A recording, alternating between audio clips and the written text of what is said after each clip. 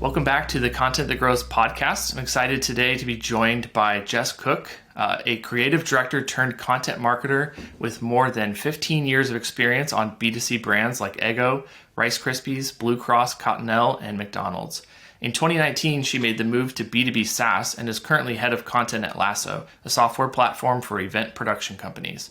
She also co-hosts That's Marketing Baby, a weekly podcast filled with hot takes, actionable insights, plenty of sarcasm. Today, we're going to be chatting about the importance of solid narratives in content and overall learning more about Jess's perspectives on content for B2B SaaS. Welcome to the show, Jess. Excited to have you. Thanks for having me, Nate. Longtime listener, first-time caller. Yeah, awesome. Yeah, I appreciate all the engagement we've had across LinkedIn and everything. Appreciate sharing and feedback and everything on the podcast. It's been really great. So excited to have you today. Thank you. Yeah, so jumping in, I'm excited. I think this is maybe a topic that's not covered quite as much. So we're really going to dig in a lot around the idea of having narratives in the content. So I'd love to maybe just have you start with a quick overview of what you mean by that and kind of set up what we're going to talk about today. Yeah, absolutely. And I think, you talked a little bit about my background. I think that's probably why this topic is so near and dear to my heart. I think my work on kind of B2C brands and, outside of SaaS has helped me become a storyteller, and then kind of bringing that over to SaaS. I didn't really want to let that part go. And so I think, when it comes to creating really good content, a narrative is really, really essential. And so what I really mean by that is, there has to be some sort of story and point of view. I think we all kind of we start thinking about topics first, right? Like, the keyword lends itself to a topic. And so we're going to talk about, project management or event production, right? But that is just a topic. It's not really a story. And I think in order to have that story or that narrative, you have to have a really solid point of view. And sometimes getting to that point of view takes some work, talking to leadership, like what do we want to be known for in the market, and kind of getting those types of things approved and aligned upon so that you can build something that really stands out and kind of plants a flag in the ground of what you stand for. Yeah, that's awesome. So you mentioned that it's more than like just a topic. So I'd love for maybe you just like dig in a bit more there and elaborate on kind of how you see that they are different than topics, which I think is a very common thing people talk about with content. Yeah, absolutely. I think, there's a topic, and you can have multiple narratives around one topic. So for instance, a topic for Lasso might be like event production, right? But a narrative around that might be, event production companies need an all-in-one solution to do everything from, proposals to invoicing. And that's a narrative. Like, that's an imperative for people to be like, oh, okay, I kind of understand like where they're going to go with this. I understand maybe like what their point of view is. And I'm sure they have some sort of, credibility or expertise in the area to back that up. So, you might then go at event production from a different narrative. Something like how to build the best possible event creative, right? Like how to build a theme of an event, how to create experiences at the event that lead back to that theme, right? So I think there's lots of different narratives around a topic. And I think we sometimes conflate the two. We're like, a topic isn't necessarily the story, but we get so hung up on the keyword and like really trying to hit that hard that we kind of forget that next step. Yeah. Yeah. I think that's really helpful distinction. And I think it's kind of brings to mind for me, like a thing that we talk about a lot is like themes. So even kind of higher than, any topics, just sort of like a theme. And so I feel like the theme is maybe just not as specific. so it may be kind of this mix of like what you do or who you do it for or whatever. Like, we a theme I think that we had a lot at Sprout was like social media management for small businesses or whatever. Like, and so then that kind of like is not quite what you're saying, a narrative, but it's also more than just like a topic. It was very much like it had a lot of topics within it. But then there's certainly, I think, I'm not going to try to remember them exactly off the top of my head, but I know we had the narratives are kind of coming to mind, I guess, as you're saying that. So I think that's really helpful to break that out. And I would love to just kind of take the next step then, which is then like, how do you actually say you want to build a strategy over the next 12 months, content strategy? How do you start with the narratives and then kind of think about topics, or do you sort of research topics and build plans and then kind of figure out how to like weave the narrative in? Like, what's your thoughts I do there? really quick. I want to double click on something you just said, because I think it's really important to know that like if you have multiple audiences, the narrative might be a little different, right? The topic could be the same. Yep. But the narrative might be a little different. And so I think what you were your theme that you were talking about feels like an intermediate step, right? Like there's the topic, and then there's like, social media for small businesses. How do we focus around that? Like, what are the stories we need to tell small businesses about social media management that makes sense for them? So I think that's a really smart, like little, like 1, 2, 3 kind of step process. Yeah. Cool. In terms of building a strategy, I think it's very much that, right? Where you have to get the audience down first. So for instance, at Lasso, we're focused on a single audience because we know that they are most likely to be basically the job title that clicks book a demo. And from there, most likely title to continue to be a customer after the demo. So those two pieces of information made us feel really confident in going after that audience. And so now we kind of know, like, okay, with that audience and the topics that we have credibility and expertise in, what narratives can we start to build for them? So, things like how to, a lot of event production companies know how to produce an event, but don't know how to market their own company, right? Don't know how to differentiate themselves or like find an ICP. Like that's all marketing language that's kind of foreign to them. So like, how can we help those companies do those things that maybe is a little bit out of our realm of event production, but still incredibly helpful to them? Like that can absolutely be a narrative. It doesn't always have to tie back to the product either. Right. Yep. Cool. Yeah. And I think that makes sense. It's really kind of getting into the heart of a lot of what you're trying to do with content is solve pain for your ideal customer. You're trying to add value, educate them, make them better at their jobs, everything. Yeah, along those lines. For sure. That's really cool. So, if someone were listening right now and kind of thinking like, wow, I really need to do this.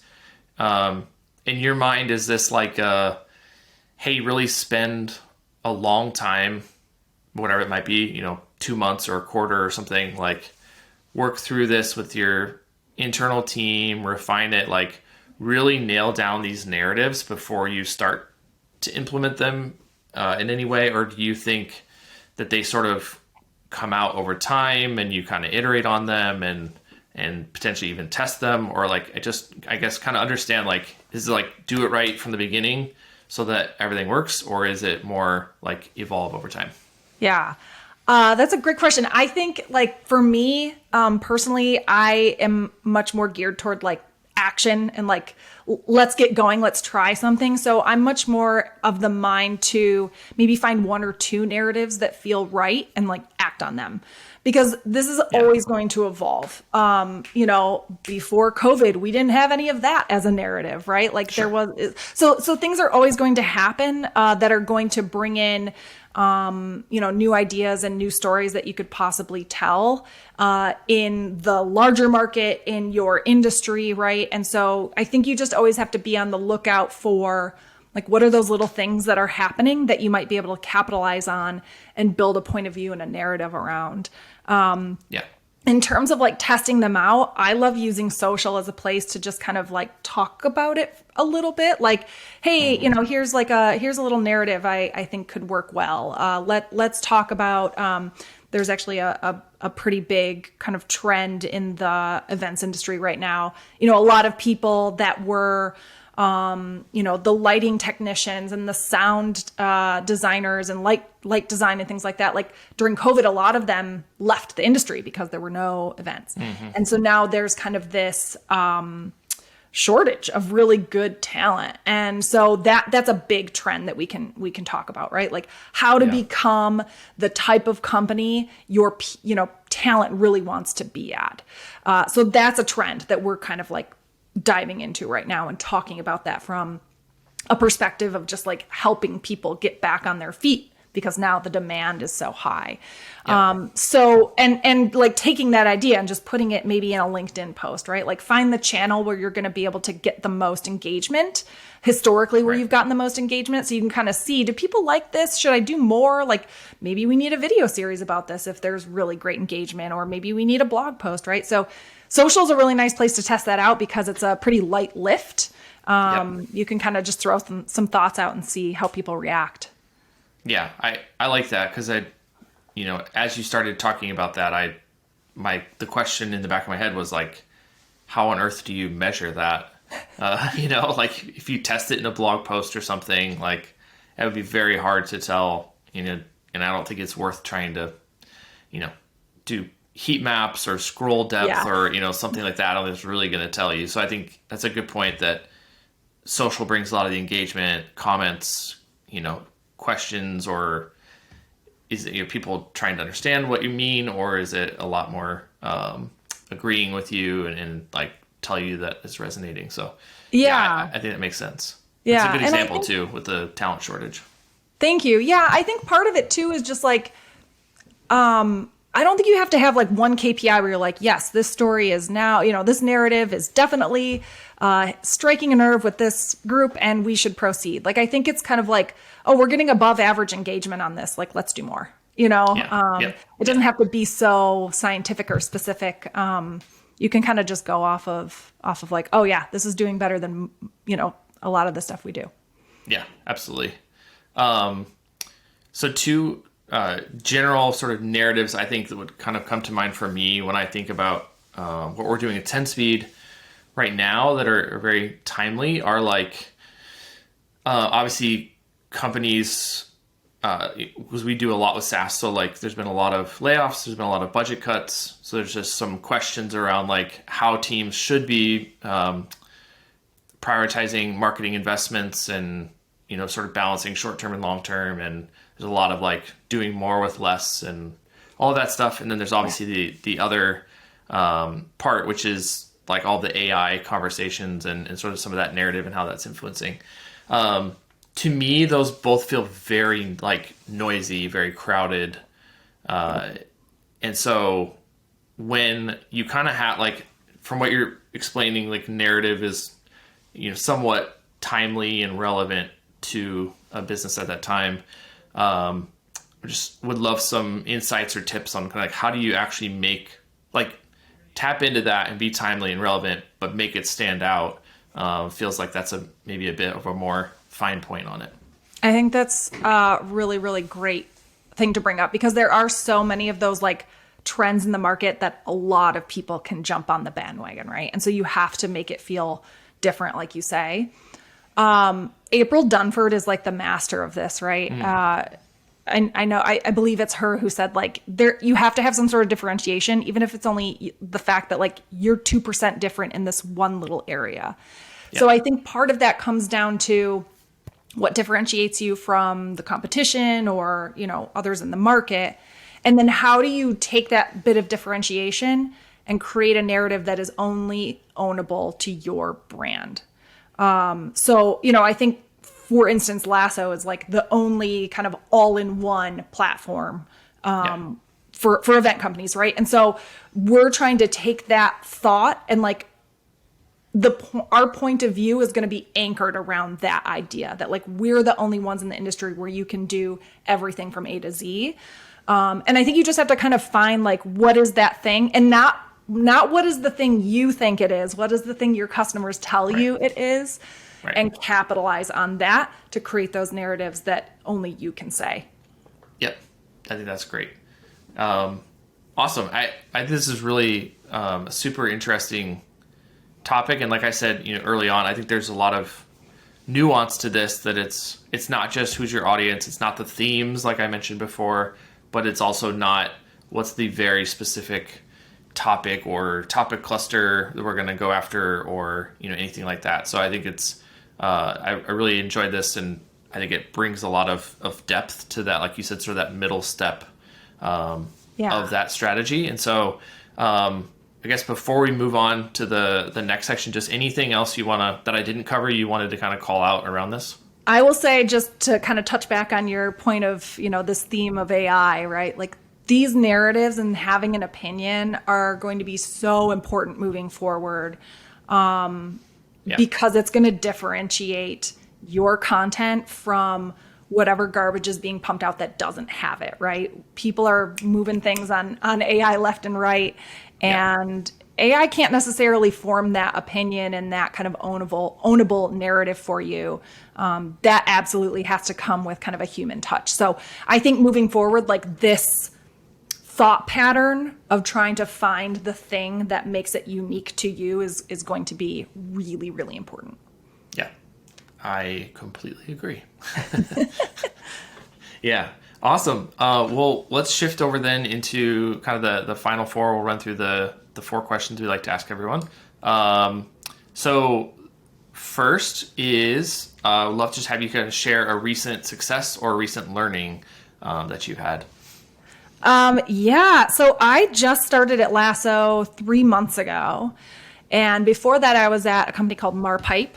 And Marpipe, their software tested ad creative. And my background being in B2C advertising, that felt like a really, really nice fit for me, to kind of be that first like head of content role. I was really excited about, hey, this is something I know a lot about, I have experience in, I can speak authoritatively to.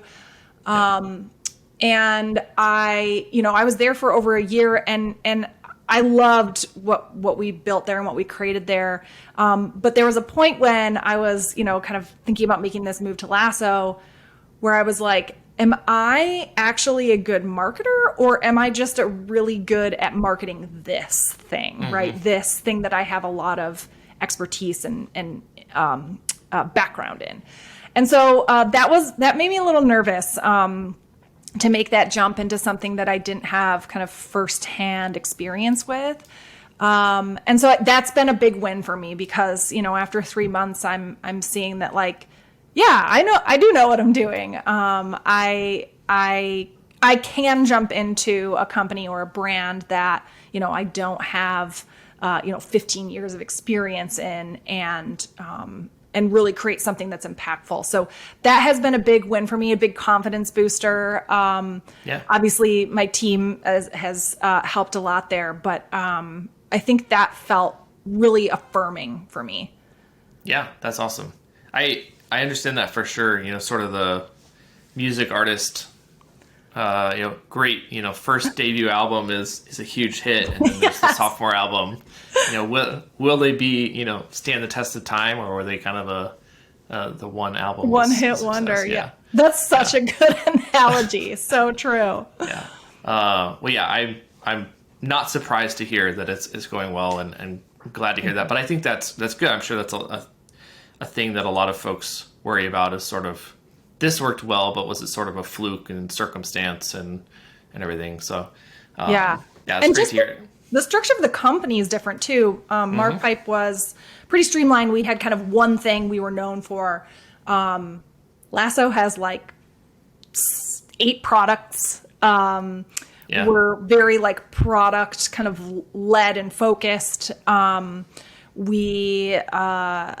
I'm doing a lot more product marketing than I've ever done before, which is very fun and exciting, and just a new skill that I'm working to level up a bit. So that too, like, not just the focus or the industry that I was in, but like the actual structure of the company and the product and how marketing was going to function was very different. And so it was like I was jumping from like the kiddie pool to like the Olympic lap pool. And am I going to be able to make it, Yeah, I think that's cool. And I think there's a lot too with like, I personally value the variety. I think there's some folks, like from my experience at Sprout, like people in my in the similar role would potentially only go look to be like join another SaaS company at a similar stage that has the same motion, same like, size of customer, like, and really just try to like join something that they can do it again, versus, my preference, did that. And then I moved to consulting, which is a completely different motion, and then started an agency, which is a completely different motion. And to me, that I think there's just a lot more learnings, like you said, sort of the type of business, more products. You're now learning product marketing. Like, I think that's cool. And then you just get to work with different people too, and learn from different people, and absolutely, all that. So great. Yeah. I'm glad to hear it's going well. Thank you. Yeah. So for Lasso, like, what role does content play in sort of the overall marketing strategy? So content is actually relatively new. I think just in the last year, they've really started to focus on, creating content and having a blog. They started a podcast before I joined that they had gotten running really smoothly. So it's a pretty new muscle for them. But I think what it is doing for us is, when I joined, our top performing blog posts, kind of like our highest traffic blog posts, had to do with, what is an A1, which is like the lead audio technician, right? So it was kind of like explaining what that position is all about. Someone coming and looking at that is not necessarily going to be buying Lasso, right? They're probably more likely to, like join our crew marketplace as someone who might go work an event, but they're not going to purchase the software. And so it was really important to me when I got there, like, great, we have this awesome motion going, we're publishing, but are we publishing the right stuff for the right people?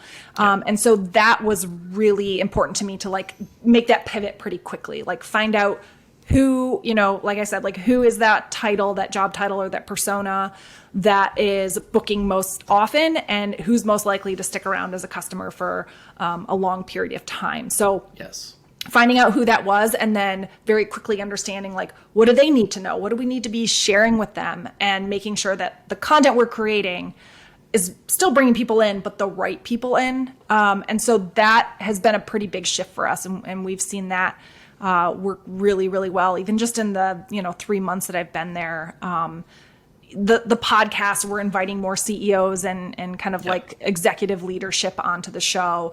We're creating blog post content for, those kind of like the leadership level at these event production companies. So it's been a pretty big shift, but I think it's one our team has handled really, really well. And I think it's going to pay off for us, in spades. Yeah, I'm certain it will. I mean, it makes me happy to hear that, because that's, to me, like the number one factor in B2B content strategy is actually starting with who do you want to be coming to your site? Who do you want to build as an audience? And what matters to them. And as you said, even more importantly, not just who do you want, but like who converts the best, who sticks around as like a valuable customer to the company. Because, we certainly encounter, like, there's millions of SEO consultants and all kinds of people who their primary motivation is like, how do I just grow traffic really fast? And that, like, it works. Like, there are certainly ways to approach that, and it works. But we end up engaging with a lot of companies that say, we worked with someone, traffic grew, it did nothing. Like, there's no business impact. And so I think that's really the core of it. And so I think what was it called, an A1, that post? Yeah. What is an A1? Yeah, I mean, that's a great example. Like, it's good. I mean, it's at least still somewhat relevant. We've certainly come across some really highly irrelevant stuff. But I think that's great to hear, and kind of understand that shift that you're making there is awesome. Yeah. So I guess beyond that, then I think one thing that people always love to understand is just like how different teams measure success. So like, how do you define success for you and your team at Lasso? So a couple different ways. One is we do have like a company-wide revenue goal. We have a we have kind of like a shared marketing and sales demos booked goal. Yep. And then each person on the marketing team has an individual goal each quarter that we work with our manager to set. And those individual goals ladder up to the demos goals, which obviously ladders up to that revenue goal. So it's a very motivating kind of goal structure that allows us to like actually grow the company and do the things we need to do to hit our numbers, which is really exciting. So there's kind of that side of it. In terms of like how we measure content performance, I think we look at all the kind of normal like conversion rates and things like that. Something I'm really focused on this year, though, is really strategic repurposing. Mm-hmm. Something that I've just been calling like the repurposing multiplier. So I've been keeping tabs on, okay, how many people actually listened to the whole podcast episode, whether that's on YouTube or on Apple and Spotify, whatever. But then how did we use all of that content, repurpose it, and what's the multiplier? What's the kind of delta between those two things in terms of how many people consumed it? Yeah. And so that's something I've been keeping an eye on. In Q4, we were able to get like an 11.5x repurposing multiplier. So we're kind of using that as a baseline for like each quarter. We want to continue to see that number either grow or at least sit at that baseline. And then when our team grows, we would expect that to grow as well. So that's something I'm keeping an eye on, especially during this like weird economic, who knows what this is. Because I think that's just how we're going to win and doing more with less. Yes. I love that. And I love that you're actually tracking it.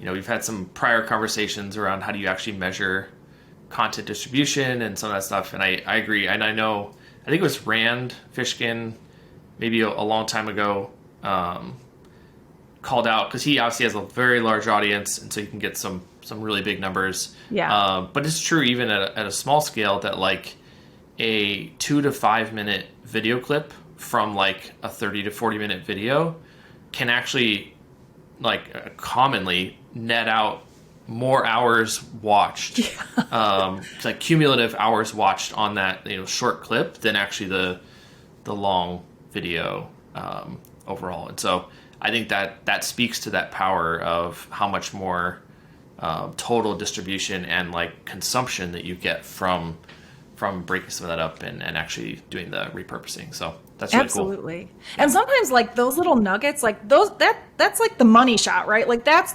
in 2 sentences, the thing you were trying to get across in that webinar or that presentation anyway. Right. So it's like the value of that 2 minutes is often larger than the value of sitting there for 30 minutes to get that same message. So, I think it's really important to find those pieces and just use them wherever you can and just get, more bang for your content buck. Yeah, exactly. And I like the way the company does goals as well. I mean, I think it can get so overcomplicated so quickly. And so I like, sort of really focusing everyone on revenue, having 1 or 2, core metrics that we feel like are the kind of the leading indicators into that revenue goal, and then letting folks kind of say, what do I need to do to build towards that? So really cool. One other metric I love to look at is branded search clicks. So I like to go into like Google Analytics or Search Console and just kind of see like, is the number of people searching for anything, Lasso software, Lasso event management, Lasso, whatever, is that growing? Because that tells me, as like someone very, very obsessed with brand, like is the brand growing? Are more people knowing who we are and what we do?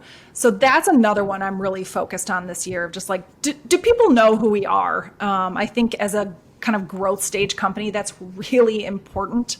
And so that's kind of the other one I'm keeping my eye on, and just making sure that like, more people are hearing the name Lasso this month than last month. Yes. I have two questions because now I want to dig in on that a little bit. Okay, let's hear it.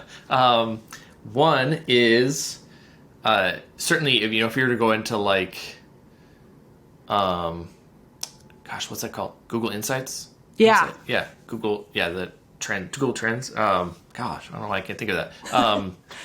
Lasso, very mixed intent word on its own.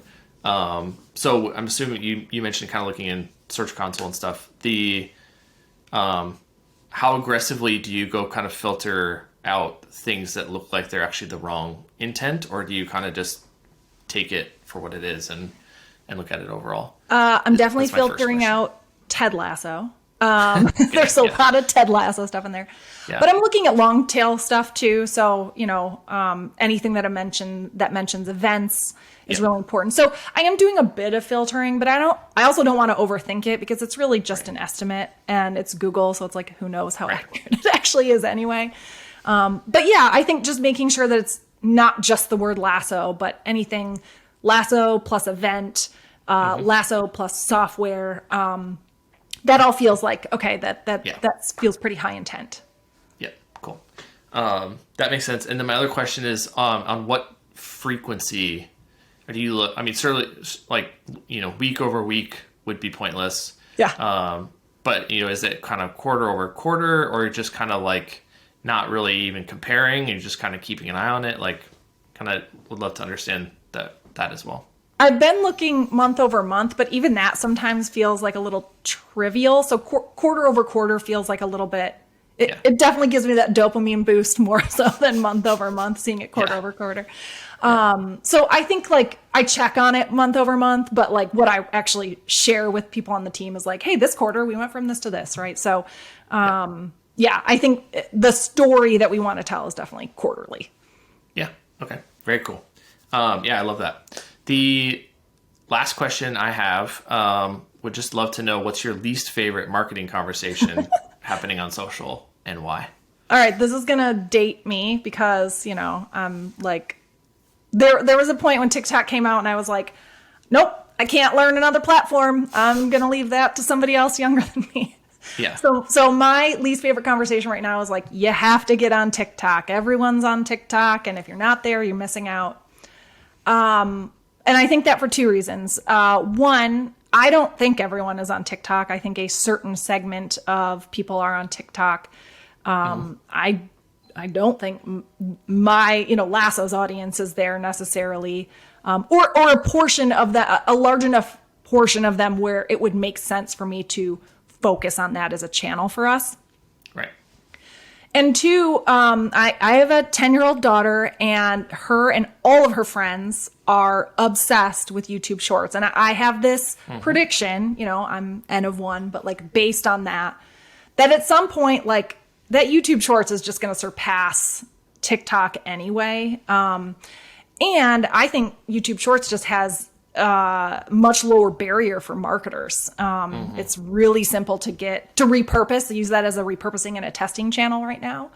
But also just much easier in terms of like, if you wanted to create something for shorts, I think it's a lot easier than it is to go into TikTok and kind of figure out what the lingo is there, what all the trends are right now, and trying to dive into that. I think the barrier is a bit lower for shorts. So that's my hot take rant on TikTok. No, I like it. I agree. I think anytime someone says that you have to be on a certain channel, is a red flag in itself. I think so. I have my oldest is 12. Also, a lot of YouTube Shorts consumption. So your N of one moved to 2. Okay, excellent. I feel validated. But yeah, I think it is definitely TikTok is very TikTok. Like there's a lot of nuance. And so I think, just trying it haphazardly, I don't think is a great plan. And also just, doing marketers love to do something once and push it to a lot of places. And I don't think that really works that well either. I think there's a decent amount of TikTok and Instagram reels that make their way into like YouTube shorts as well, just being reposted there. But Right. I think I think it's very much a decision, and really I think have to either have confidence your audience is already there or that they're going to be there. Yeah. And I think we've kind of gone back and forth on that a bit as well. But I think it's fair. Like I said, I think anytime you're trying to suggest that someone has to be on a certain channel. Yeah. Question that heavily. Yes, exactly. Awesome. Anything else you want to add before we wrap up? No, this has been so fun. Cool. I seriously, I mean, like I've been listening to this podcast for over a year. This is like an honor to be here. So thank you so much for having me. Yeah, thanks for joining. Before we wrap up, can you just share with folks how to find you and Lasso? Anything else you'd like to promote the podcast? Yeah, I'm pretty active on LinkedIn. You can find me, Jess Cook. I'm the only one at Lasso. That's Jess Cook. And I have a podcast myself called That's Marketing Baby. I co-host it with a friend of mine, Susan Winograd, who's like a 20-year media veteran. So she and I have a really nice kind of 360 view of all of the hot takes and opinions we have every week. So that's on Spotify and Apple Podcasts if you have space for one more podcast in your lineup. Yes. Awesome. Cool. Thanks. And for everyone else, thanks for joining. You can find anything else you need on this episode and other episodes at 10speed.io/podcast. And similarly, find it on Spotify, and would love for you to like and subscribe. So thanks again, Jess. Really enjoyed having you on today. Likewise, Nate. Thank you.